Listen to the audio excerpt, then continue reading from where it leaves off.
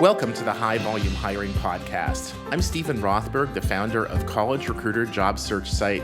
At College Recruiter, we believe that every student and recent grad deserves a great career. This podcast features news, tips, case studies, and interviews with the world's leading experts about the good, the bad, and the ugly when it comes to high volume hiring. Thanks for joining us. Today's guest is Elena Agaragimova, host of the Shift podcast, founder of Bloom Youth, co-founder of Bessern, and head of talent acquisition and development for Horizon Industries. Elena, welcome to the show. Thank you. It's great to be here. So, other than the 48,372 jobs that you're that I just kind of like listed that you're currently doing, which is okay because, you know, typical day has 60 hours and sleep is for the week.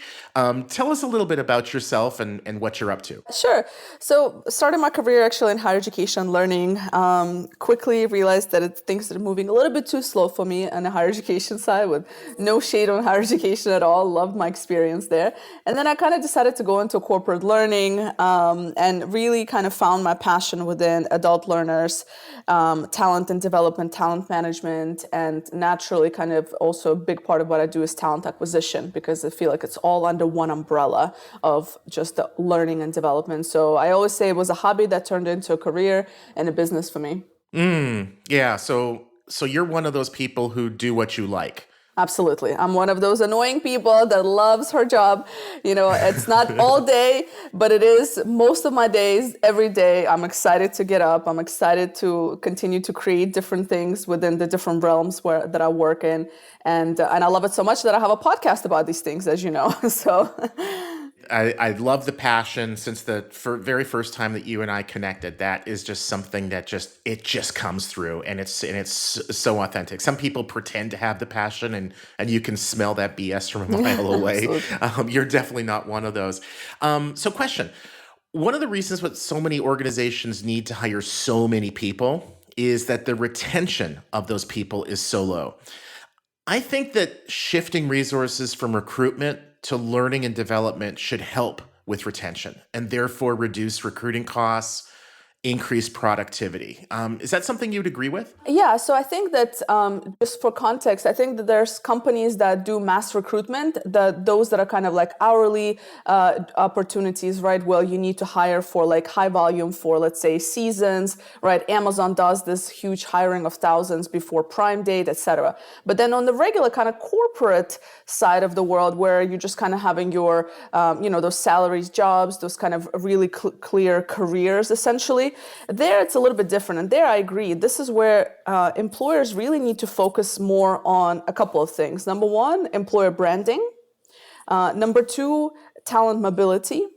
And number three, that internal learning and development, investment in internal existing talent. And talent mobility is an area that I think a lot of people in talent acquisition don't see as being part of their wheelhouse. Like it's owned by HR, or it's not owned by anybody. But maybe you can speak to that a little bit. Like what sorts of, why should organizations care about talent mobility? What kinds of tools and tactics would you recommend for that? Sure. So talent mobility, I think, is kind of really picking up popularity more and more with organizations, and they're trying to find space for it, because you're right. It's like, you don't know, like, where's it housed? Like, who's actually taking care of it, right? And sadly, a lot of companies today have that HR function, which is administrative, but a lot of them, especially the small to medium-sized companies, lack the talent development structure, talent development like department. And so here's where talent acquisition and talent acquisition professionals and talent development need to work together, because when we're hiring for talent today, we need to look beyond the experience and skills they have to do the job today and look at the potential and the overall holistic approach of what does that individual bring to the table, right? And so one way to do this is to use tech. So many companies right now are trying a different way of recruitment in terms of they're hiring for potential fit. They're not hiring for any particular job roles, let's say, but they have AI and different video interviewing and assessments, like video assessments in place, where an individual is identified by various skill sets, not just for a particular role, but more of this is what I'm good at, this is what I'm interested in, this is where I can add value. And then that is being then transitioned to the company, and they make a decision based on, hey, this person actually could be really great in these areas.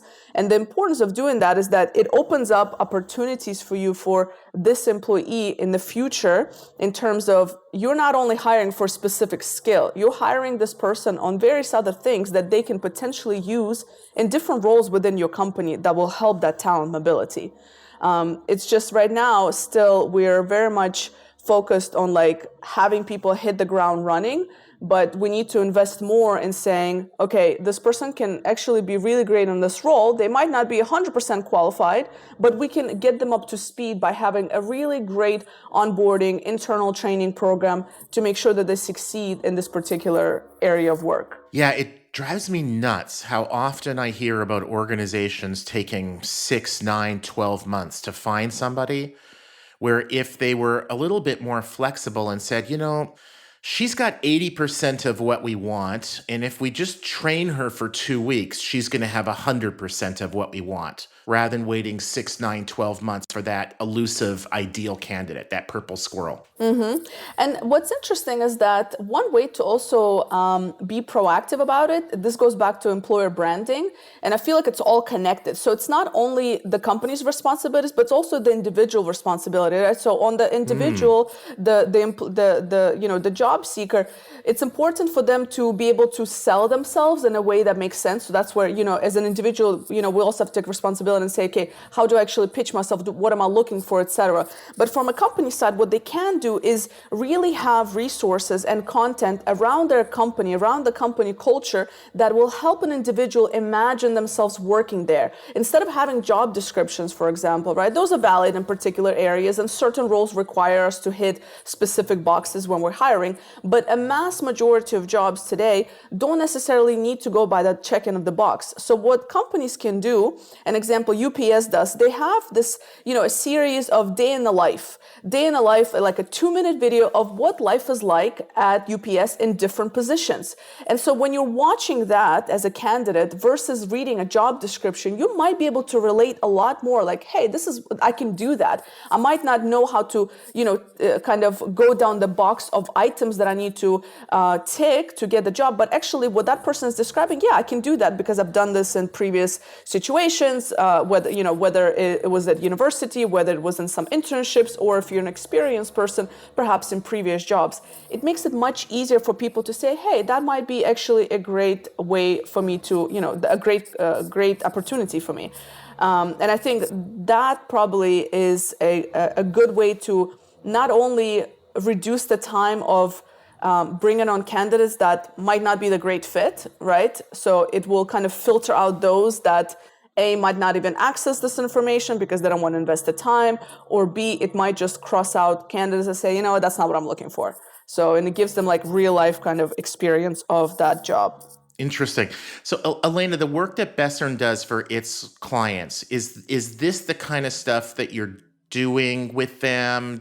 Are they coming to you with sort of a, hey, we know we need to get better at learning and development, and they start off from square one? Are they mostly clients that already have a learning and development program and they're just looking to get better or formalize it? But sort of like, what's the typical conversation? Sure. So I think some of the biggest needs lately that we've had from companies is two different things. One, managers that are now having to manage teams remotely and not being sure how to actually do that, because connecting with your team members, having those regular check-ins virtually is a lot more effort versus in person, because those happen so naturally when we're in one space versus when we're online and our people are spread out maybe across different time zones. So that's number one. Number two, we work with a lot of kind of techies and analytical teams. So in terms of future pipeline planning, what companies struggle with is actually having those really great technical people, really great analytical people that are becoming future leaders, and they need those soft skills, those people skills, those kind of creativity and ability to connect with others even client management skills, right? To get them to that senior level. So there's that gap between you're great technically, but then to be a people manager or a client-facing individual, it's a different ball game. So these are the two kind of areas for managers to be kind of more inclusive and just better managers with the way that we work today, and also juniors that are techies and analytical that are your future talent. These are the two areas, because essentially, if you're not able to address those two, it's very difficult to have your company grow, because you need great managers, you need people development, and you need to make sure that people are continuously growing.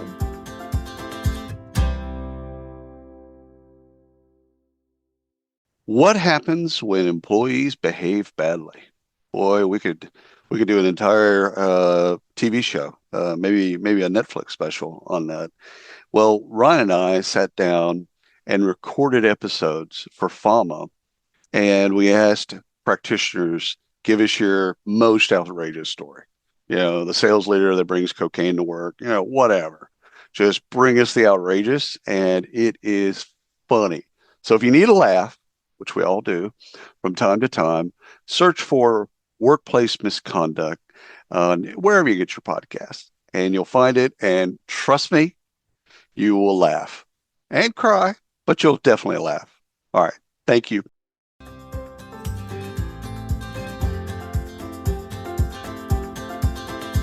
I love that approach where you're not just training the incoming employees, but you're also training people who may have been at that company for years and years and how to be better managers. Our company has been fully remote since 1997.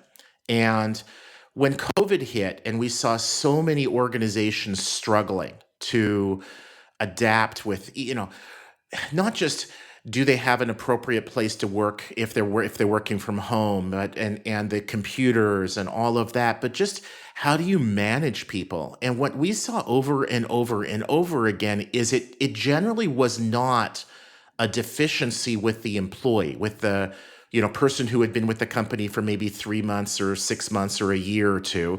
But the deficiencies, what we saw, were that usually the managers were ill-equipped to manage by outcomes. They managed by process. Does she show up on time? Does she leave early?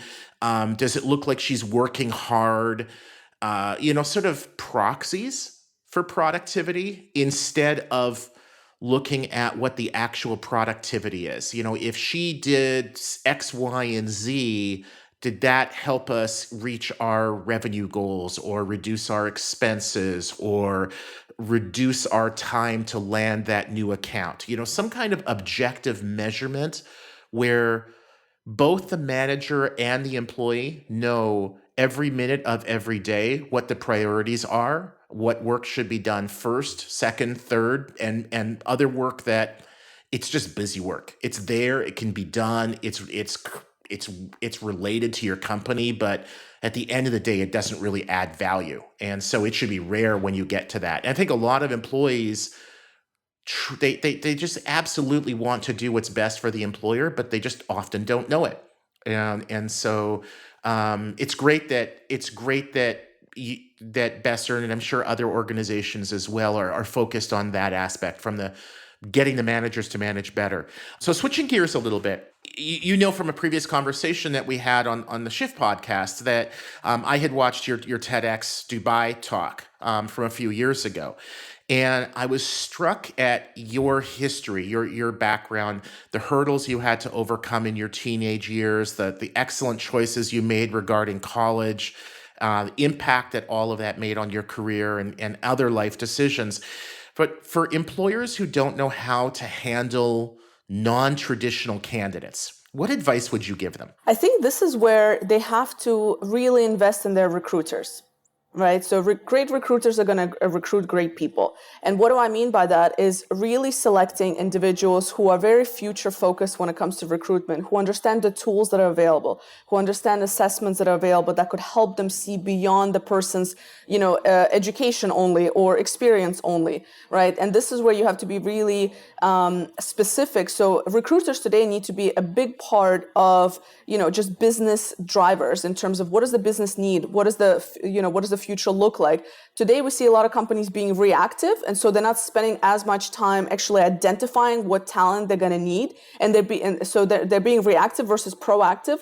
So by having a very close relationship with hiring managers, understanding business needs, right? Not just going down, ticking the boxes, understanding how you can utilize technology, understanding kind of just, beyond the basic psychology of a person, but how can you use data to get information you need about a person that goes, beyond, again, the ticking of the boxes, right? So I think investing in recruiters just making sure that they understand what's out there. And even if you are using technology, it's not as simple as just, hiring, an AI to do things for you or a company that does that. It's more of just understanding when you're sitting down with a hiring manager, what are specific competencies, what are specific skills you want this person to have, so that you can translate it into the tech, because the input that we get from the tech based on the things that we put in there. So an example, video assessments, right? In order for the AI to recognize the best match, you need to have a very specific set of competencies you want, soft skills as well, that you want this tech to pick up in order to match that right? So usually the way it goes is you sit in front of a camera, the AI asks you several questions. They are all over, they could be all over the place. And essentially it evaluates your body movement, your tone of voice, the answers that you give, your eye contact, a lot of different things. Are you fidgeting? Are you not fidgeting? So there's a lot of really great tools that help you identify the person beyond just ticking the boxes, but actually how are they presenting? How are they speaking, etc.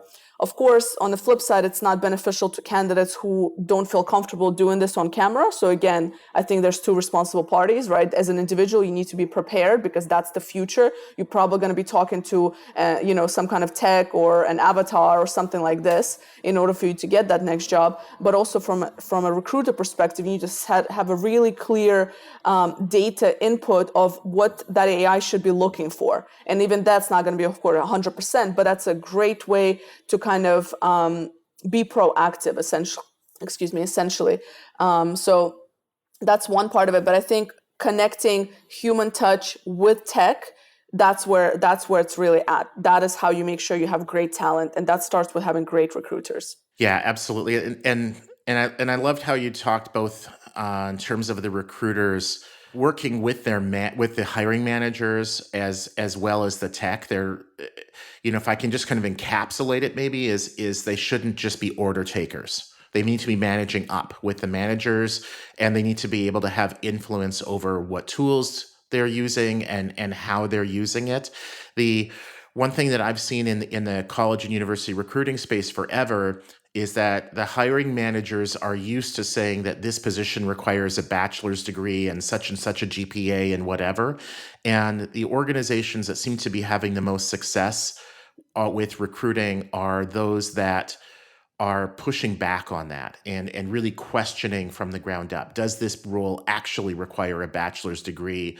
And if the recruiters can go to the hiring managers and say, hey, if we were to drop that and maybe only require a 2-year degree or add in or equivalent work experience, military service or whatever, that would increase our applicant pool, 400%. And other organizations that have done that have seen time to hire reduced from 127 days to 34, or something along those lines. That's going to resonate with a hiring manager. Another question for you. If you were hired tomorrow to lead talent acquisition by a large organization that hired at scale, what would be the first 3 things that you'd want to make sure they're doing? Well, number one, and anything related to talent, is making sure that the senior managers, the leadership of the organization is open to creativity, is open to experimentation, is open to doing what needs to be done to try innovation, right? Like just innovative things. And I think a lot of a lot of leadership tends to take a very traditional approach. I've literally was recently talking to somebody who thinks that leadership is innate. It's a skill you either have or you don't have. So why should we train our managers unless because it should be innate and everything's fine and they'll just learn as they go. So I think just leadership buy-in and investment of resources in that is number one. Part of that is, of course, being able to use the technology. So I think, again, it just goes back to resources because it's very difficult today to do things, to try to innovate without proper resources being allocated to talent acquisition. Also, again, like you said, having a great relationship with the hiring managers and the hiring managers being open to the fact that they might not necessarily know what they're looking for. They might have an idea, but being willing to open to have a conversation and create something together, essentially, versus just giving out orders of what they need. And usually what they need are unicorns, purple unicorns.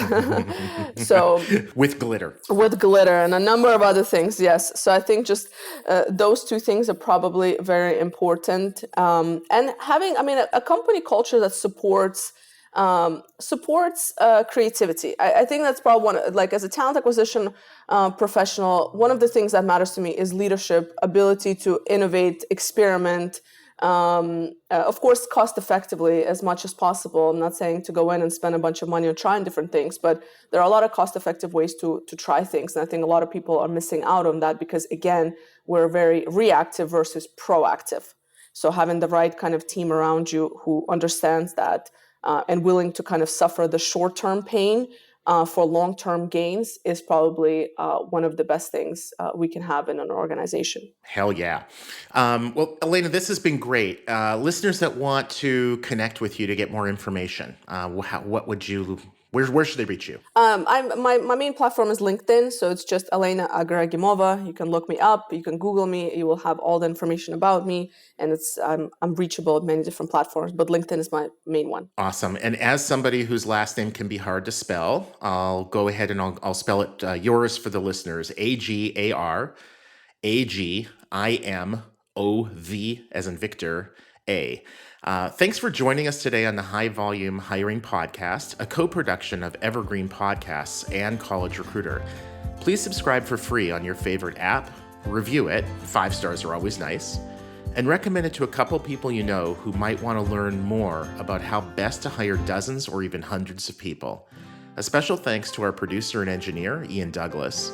I'm your host, Stephen Rothberg, of job search site College Recruiter. Each year, we help more than 7 million candidates find great new jobs. Our customers are primarily Fortune 1000 companies, government agencies, and other employers who hire at scale and advertise their jobs with us. You can reach me at stephen@collegerecruiter.com. Cheers.